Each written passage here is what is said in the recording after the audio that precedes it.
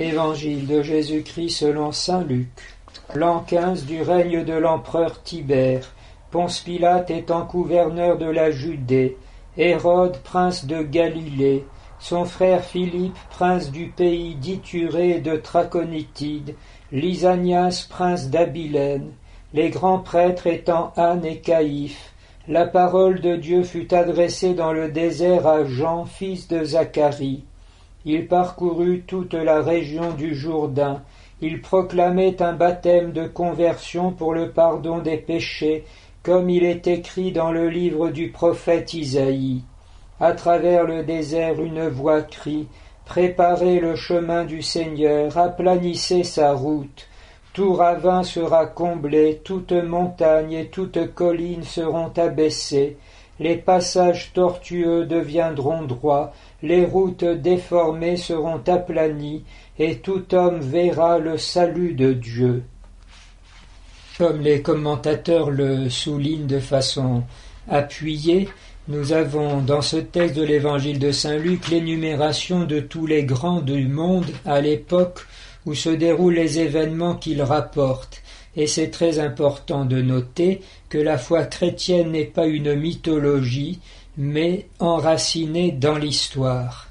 À ce propos, peut-être pouvons-nous prendre conscience que lorsque nous récitons le « Je crois en Dieu », il comporte d'une part quelques grands dogmes, les vérités les plus hautes et les spirituelles de notre foi, et en même temps un certain nombre de faits historiques, avec le nom en particulier de Ponce Pilate, dont la seule gloire sera sans doute en effet de figurer dans le « Je crois en Dieu » de la Sainte Église catholique, et puis la conception, la naissance de Jésus, sa mort après avoir souffert sa passion, et même sa résurrection, car si la résurrection, l'accès à la personne de Jésus est ressuscité réservé à ceux qui croient, cependant l'enracinement dans l'histoire tient au tombeau vide comme une question béante à laquelle chaque homme doit apporter une réponse. Jésus a prétendu qu'il était Dieu,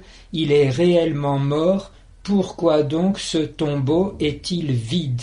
Et on peut encore le visiter à Jérusalem. Nous mettons en lien cette importance de l'histoire dans notre foi avec ce qu'il dit à la fin de l'évangile que nous venons d'entendre. Tout homme verra le salut de Dieu. Et tous en effet sont invités à reparcourir l'histoire du genre humain pour y voir la gloire de Dieu de plus en plus resplendissante depuis les origines, car la création est la fondation historique du début du genre humain. Ensuite, l'appel d'Abraham, le peuple élu, ressorti dans l'histoire après 2000 ans d'absence pour une période d'holocauste. Cela pose d'énormes questions. Que fait donc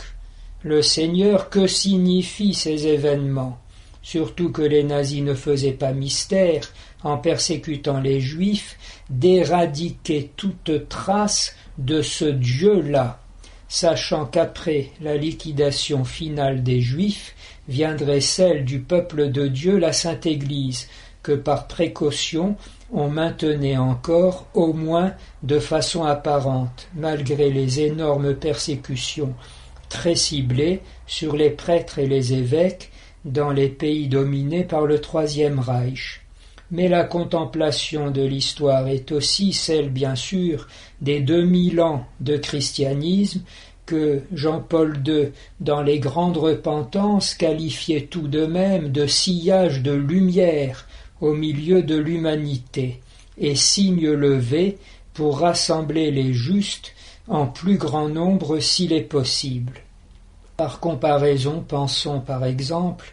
que sous le temple de Jérusalem, lieu saint des saints, les Israéliens n'ont de cesse que de faire fouille sur fouille, archéologie, et retrouvent effectivement les traces du royaume de David que d'aucuns essayaient d'être plus ou moins mystiques, mythiques, mythologiques, la tribu, oui, rassemblée un peu, et voilà qu'on découvre de grands remparts attestant une civilisation telle que la Bible en parle à propos du fils de David, Salomon.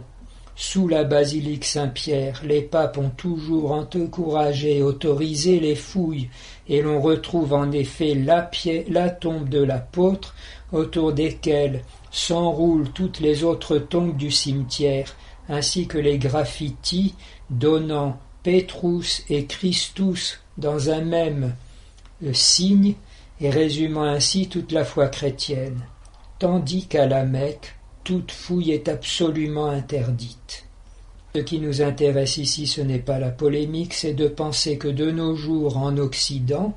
pour étouffer la foi après diverses persécutions et intimidations, on n'a pas hésité à falsifier complètement l'histoire, et ceci ne suffisant pas à la mettre purement et simplement à la poubelle, sous couvert d'un certain pédagogisme qui fait qu'en effet, les nouvelles générations n'ont plus aucune idée ni de l'énorme richesse de cette histoire du christianisme chez eux, en eux et pour eux, mais même tout simplement de la simple chronologie. N'ayant plus aucune racine, plus aucune perspective, ils sont complètement livrés entre les mains de ceux qui doivent abuser d'eux et les utiliser pour maintenir un pouvoir qui est de moins en moins soft et de plus en plus tyrannique.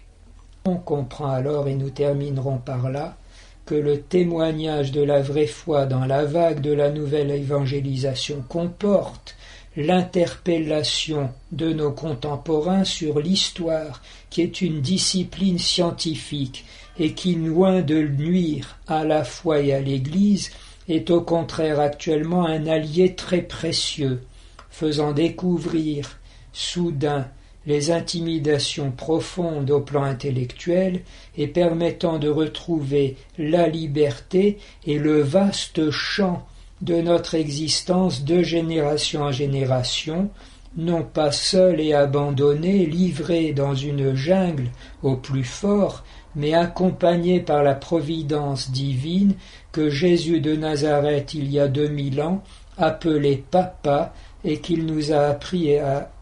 prier en disant Notre Père. L'histoire, en effet, n'est pas du tout, comme le pense le marxisme, livrée à des déterminismes dont les hommes ou les structures auraient le seul secret, mais une histoire sainte depuis le début, puisqu'à la fin, le Seigneur voudra encore nous accueillir.